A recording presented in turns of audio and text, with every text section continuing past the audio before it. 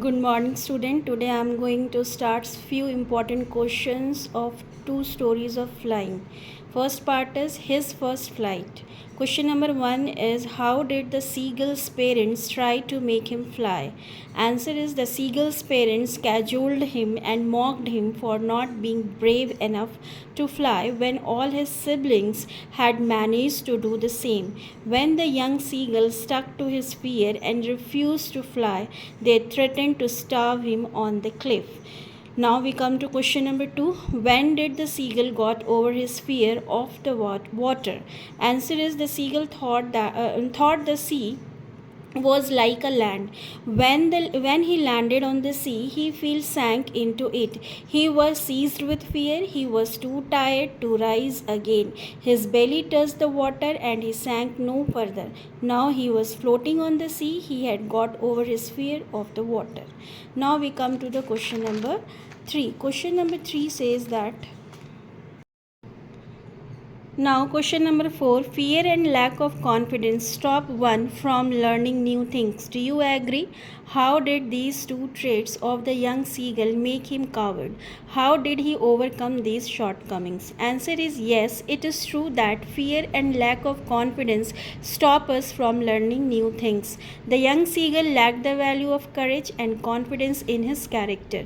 He was last member in his family to learn the art of flight. He was too scared to fly. His parents and other siblings encouraged him constantly. When it did not work, they scolded him for his cowardice. The mother seagull tricked him and tempted him with a piece of fish. He was kept hungry. His hunger and need for food forced him to dive into the sea. Though he was not willing to learn the art of flying, yet he was tricked by his family. Once he dived, his fear disappeared and he enjoyed his first flight.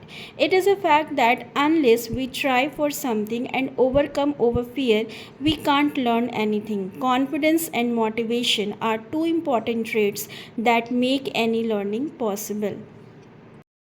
Now we come to the second part, that is the black aeroplane. Question number 1 is why was the pilot happy? Give two reasons.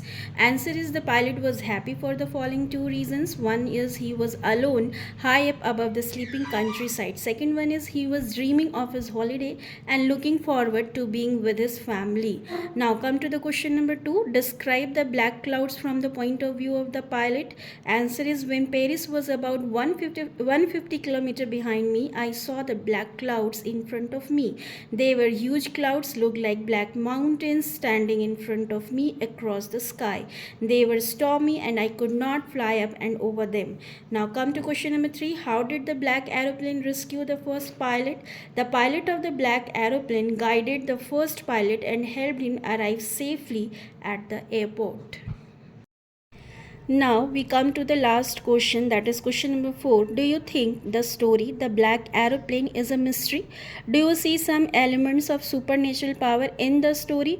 Do you believe in supernatural powers? Answer is The Black Aeroplane by Frederick Forsyth is undoubtedly a mystery. The pilot of the old Dakota plane is trapped in black stormy clouds. Nothing is visible. All the instruments of his plane also stop functioning. Suddenly, from nowhere, a black aeroplane appears in the cloud.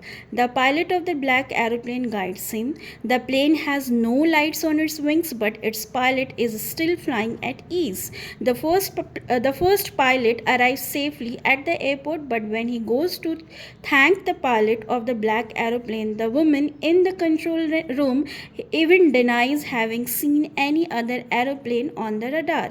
This statement leaves the mystery of the pilot of the black aeroplane unfolded. However, there is no element of supernatural power in the story. There is no ghost or spirit in the plot. I don't believe in supernatural elements like ghosts or spirits. I hope this session is helpful for all of you. So like, share and subscribe. Thank you.